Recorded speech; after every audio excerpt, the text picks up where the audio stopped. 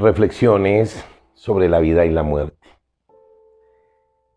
Dice Montserrat Simón que se decía en la antigüedad que la filosofía es una preparación para la muerte. Y retomando esa reflexión de Cicerón, diría más adelante Pascal que quien enseña al hombre a morir, le enseña a vivir. El modo en el que el horizonte de la muerte afecta a la vida no ha pasado desapercibido ni en la filosofía, ni en las religiones de distintas culturas, aunque en el primer caso ha habido en el continente europeo hasta la modernidad una tendencia a obviar el tema o relegarlo exclusivamente al ámbito religioso. La conciencia nos inquieta durante toda la vida acerca del misterio de la muerte. ¿Qué significa la muerte? Pues la muerte consiste en la cesación o término de la vida, según lo define el Diccionario de la Lengua Española de la Real Academia de la Lengua. El sustantivo muerte procede del verbo morir, y es que la muerte se define por una acción que parece que no sobreviene, y por norma general de modo involuntario e incluso contra voluntad, pero de la cual también cabe plantearnos qué parte de dicha acción depende de mí. La muerte, al igual que el amor, recibe su sentido en tanto que hecho, pero en este caso el propio hecho anula la posibilidad de conocerlo. Podemos conocer el proceso de morir, pero no la muerte como final, ya que una vez muertos o no conocemos nada, o bien lo que se conoce no es comunicado a los vivos en su lenguaje y forma de conocimiento. La muerte y la vida se dan de la mano. Al hablar de la muerte como final, me doy cuenta de que es necesario distinguir esa última muerte de las pequeñas muertes que vivimos en la vida. Muere el niño para que nazca el adulto. Es una forma de pensar con la cual nos identificamos para dar lugar a una nueva visión. Muere en nosotros un sentir y nace otro en su lugar. Tanto en lo físico como en lo emocional, lo psicológico y lo espiritual, la vida se expresa a través de un flujo constante en el que muerte y vida se dan de la mano y existen simultáneamente, lo que a veces hace que nos pase desapercibida la muerte. Es decir, al coexistir la desaparición de un estado y la aparición de otro, ni siquiera lo percibimos como muerte. De ahí que pronto nos sorprenderemos ante el espejo con el pelo canoso y exclamamos, ¿en qué momento me pasó esto?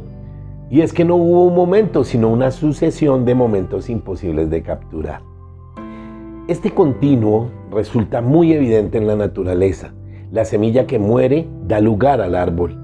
El huevo que se rompe da lugar al polluelo. O el capullo que ceda da lugar a la mariposa. Ante la observación del flujo constante y de cómo la vida y la muerte coexisten en cada momento.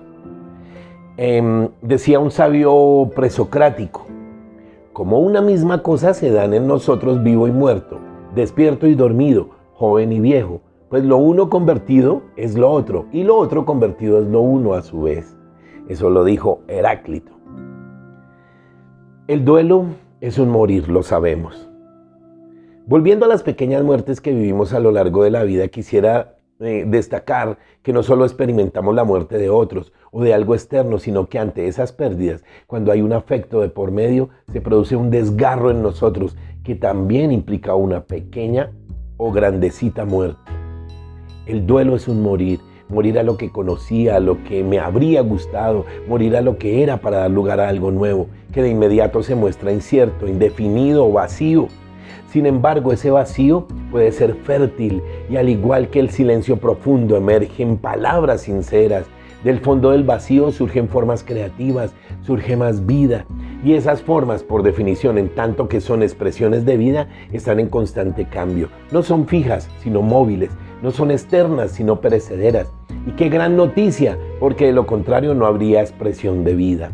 Todo sería exactamente igual en todo momento. Y la vida por definición implica energía, implica emoción. Vida y muerte no son opuestos. Tal vez uno de los errores que hemos cometido es el de considerar la vida y la muerte como opuestos, pasando por alto que sin muerte no hay vida.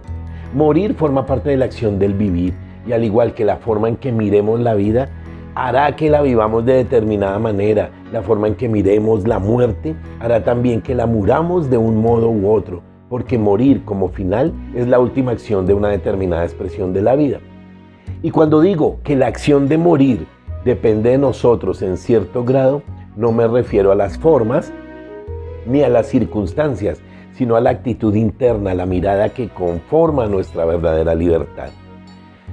La cuestión acerca de la mirada resulta fundamental, ya que cabe la posibilidad de que las pequeñas muertes que vivimos a lo largo de la vida sean una fuente de aprendizaje, una muestra a pequeña escala de la muerte final. Y sí es cierto que existe una relación entre macrocosmos y microcosmos, y en mi experiencia lo es, y tomamos las muertes cotidianas como una muestra a pequeña escala de la muerte final. Entonces, constatamos que hay una continuidad y que la manifestación del ser, es decir, la existencia, solo puede manifestarse como vida en tanto que hay muerte. De nuevo, la forma de niño o niña tiene que morir para dar lugar a la forma adulta, y la forma adulta tiene que morir para dar lugar a la vejez. ¿Y qué es lo que une esa continuidad? El sentido del yo. ¿Y quién es ese yo?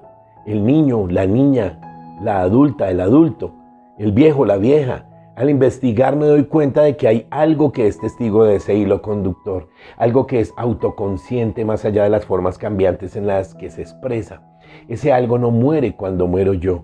La continuidad le pertenece al yo, pero la eternidad que la sostiene es impersonal. Contémonos algo de la vida. Cuando me planteo en qué consiste la muerte y cómo la percibo, resulta ineludible mirar hacia la vida. Y la vida no es algo fijo, sino que es constante movimiento, es un devenir que se expresa en una mirada de formas. Y en lo concreto, la vida es para nosotros lo que nos contamos de ella. Según lo que nos decimos, la vemos de esta o aquella forma. Filtramos al mundo a través de nuestros pensamientos y creencias, porque lo que queda cuando no lo hacemos es el silencio, el vacío de aquello con lo que habitualmente me identifico y me da seguridad, o sea, la falsa seguridad. Ese vacío es creativo, es un estado de paz y dicha que constituye la fuente de todo cuanto aparece. Sin embargo, al yo parcial y limitado que tomamos como identidad, le aterroriza soltarse al vacío del mismo modo que le aterroriza morir. Veamos la muerte como una interrupción, la muerte como final, que se presenta como esa interrupción del yo, una interrupción para la que nunca estamos preparados o dispuestos. No lo estamos para la muerte del otro ni para la propia, porque en última instancia siempre hay un yo que quiere continuar con su idea e imagen de sí mismo y de la vida, como si fuesen elementos fijos, o que fluctuasen solo dentro de los límites de lo que su sentido de identidad puede abarcar. Sea como fuere, sentimos que la muerte se entromete, que se presenta inoportunamente, que interrumpe la vida que estábamos viviendo. Racionalmente sabemos que somos mortales, todos los hombres son mortales. Una llamada al amor. ¿Cómo sería si comprendiésemos que la muerte forma parte de la vida y que es el movimiento a través del cual se expresa dicha vida? ¿Cómo sería si dejásemos de atribuir a la muerte un sentido de oposición a la vida, concibiendo lo primero como algo negativo y lo segundo como un principio positivo? ¿Y si dejásemos de valorar la vida por la cantidad de años vividos y la comenzáramos a valorar según la autenticidad? ¿En eso consistiría la calidad con la que se ha vivido? Que la muerte pueda irrumpir en cualquier momento es en realidad prueba de que estamos vivos y además puede ser una inspiración para que esta expresión de vida sea vivida de la mejor manera con respecto a todo aquello que está en nuestra mano. ¿Acaso no se convierte la muerte en una llamada al amor? Saber que en cualquier momento puede presentarse el final me llama a tratar de vivir de la mejor manera posible en cada momento, lo cual implica vivir con la mayor veracidad posible, descubrir la vida que alienta el universo entero y vivir abrazando todas las formas en las que se expresa esta vida. Solo cuando yo dejo de proyectar lo que soy en un futuro, cuando dejo de pensar que hay algo incompleto que tenemos que completar en el tiempo, solo entonces podemos aceptar que la muerte se presenta aquí y ahora, porque hay plenitud, no hay tiempo, no hay nada que lograr, nada a lo que llegar. Soy y el acto de ser desarrolló momento a momento todo el potencial de la vida. Estas palabras muy trascendentes en cuanto a lo filosófico nos invitan a que evaluemos esos seres queridos que se nos han ido, que nos demos cuenta que de acuerdo a nuestras creencias puede haber un encuentro, de que nos demos cuenta de que no vamos a estropear nuestra vida y a seguir pasándola mal, de que esos ciclos y etapas que se viven en el duelo, todos son superables y pueden durar muy poquito tiempo, todo depende de ti. ¿Por qué? Porque estamos siendo egoístas ante un ciclo que A ti y a mí nos corresponde. Y a los seres queridos que se nos fueron también. Simplemente se nos adelantaron, como dice el antiguo libro. El consejo: reflexionemos sobre nuestra vida y no la desliguemos de la muerte. Nos vemos en un próximo video. Chao.